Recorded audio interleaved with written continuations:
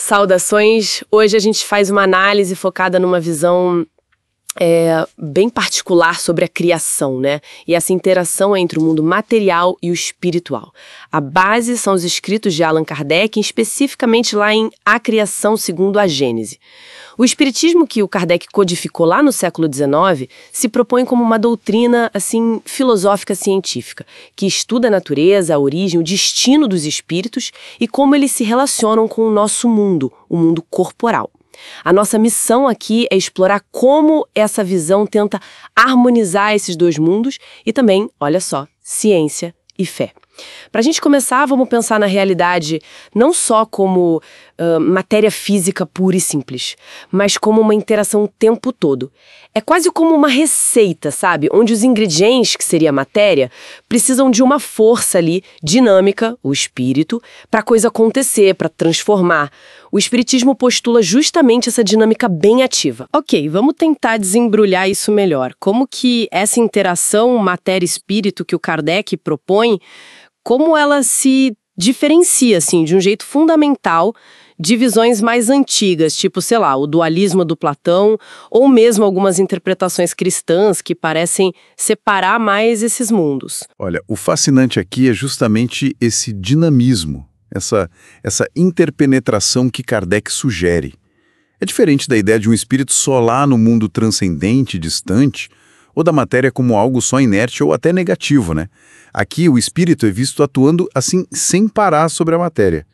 Influencia e é influenciado por ela, sabe? Os textos dão exemplos que mostram bem essa via de mão dupla. Por exemplo, na cura, a fé, a energia espiritual podem ajudar a medicina material. Ou na inspiração artística, né?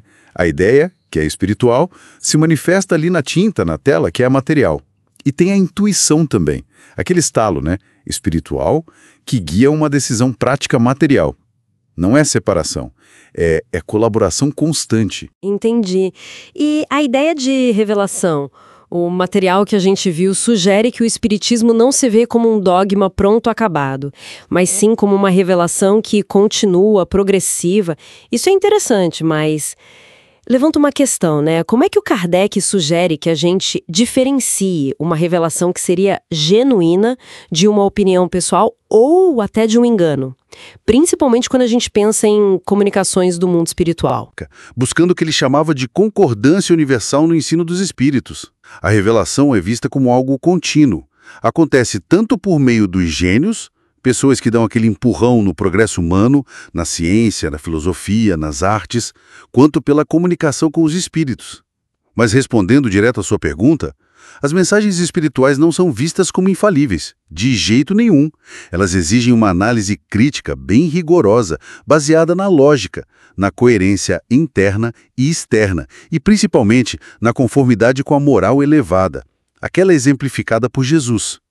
A doutrina, então, é uma construção coletiva, sabe? E está sempre sujeita à revisão, a aprimoramento pela razão. Aqui a coisa fica bem interessante. A visão de Deus.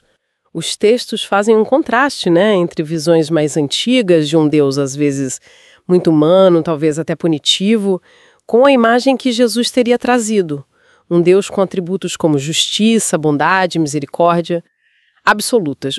Por que essa redefinição da natureza de Deus é tão central nessa estrutura que o Kardec apresenta? Assim, se a gente conectar isso ao quadro geral, essa mudança na forma de entender Deus, ela altera radicalmente a relação da pessoa com o divino e com a própria vida também.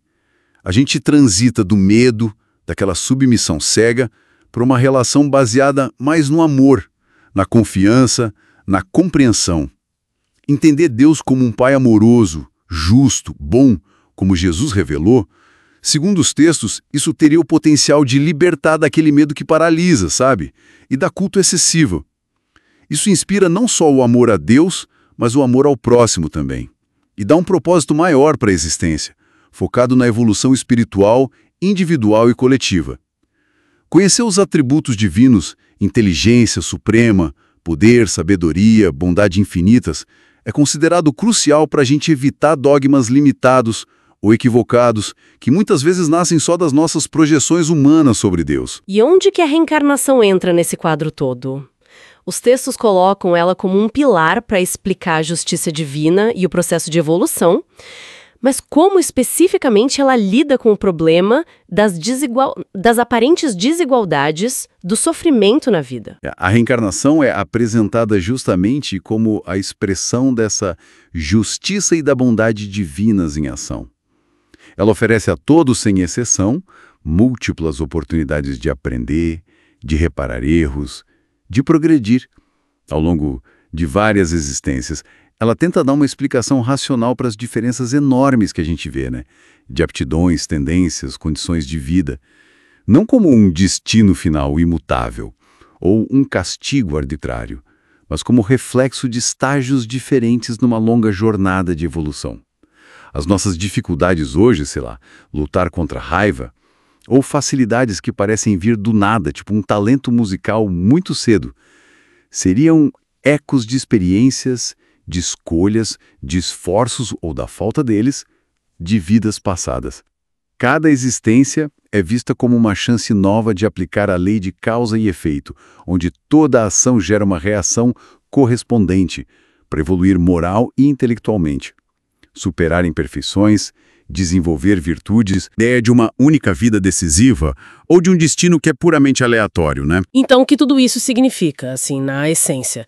Parece que o Espiritismo, pelo que a gente viu nessas fontes, oferece uma estrutura tanto cosmológica quanto ética, onde a vida ganha um propósito bem claro de aprendizado contínuo e com uma ênfase forte na responsabilidade de cada um e nessa busca por conciliar fé e razão. Precisamente. Ele se apresenta como uma doutrina filosófica, sim, mas com implicações morais bem significativas. Busca dar respostas racionais e também consoladoras para aquelas grandes questões, né? De onde viemos, o que estamos fazendo aqui, para onde vamos. Incentiva muito o estudo, a reflexão crítica e a prática da caridade como caminho para evoluir. A comunicação com o mundo espiritual é considerada uma ferramenta a mais para obter conhecimento sobre a vida, o universo, mas sempre, e isso é crucial, submetida ao crivo da razão, da lógica e da moral elevada. Bom, chegamos ao fim dessa análise focada na visão espírita sobre criação, vida, evolução, como está lá delineado nos textos de Kardec. A gente explorou essa integração que ele propõe entre matéria e espírito, a ideia da revelação contínua e a importância da reencarnação como esse motor de justiça e progresso. A mensagem central que parece emergir é a de que somos seres espirituais, imortais, e estamos engajados numa jornada que não para, de aprendizado, de aperfeiçoamento, e a vida material seria uma escola essencial, ainda que temporária, nesse processo todo, nesse processo evolutivo cósmico. Fica então a reflexão final que essas ideias provocam. Se as nossas inclinações, os nossos desafios, os talentos que a gente tem, podem ser em parte resultado de esforços e aprendizados de outras existências, como sugere a reencarnação, que qualidades, que conhecimentos, que virtudes a gente está ativamente cultivando hoje, pensando não só nesta vida, mas, quem sabe, nas nossas possíveis jornadas futuras. Chegamos ao final deste audiobook. A equipe Virtual Books Editora agradece sua visita. Se você gostou de nosso canal, por favor, inscreva-se e compartilhe. Obrigado.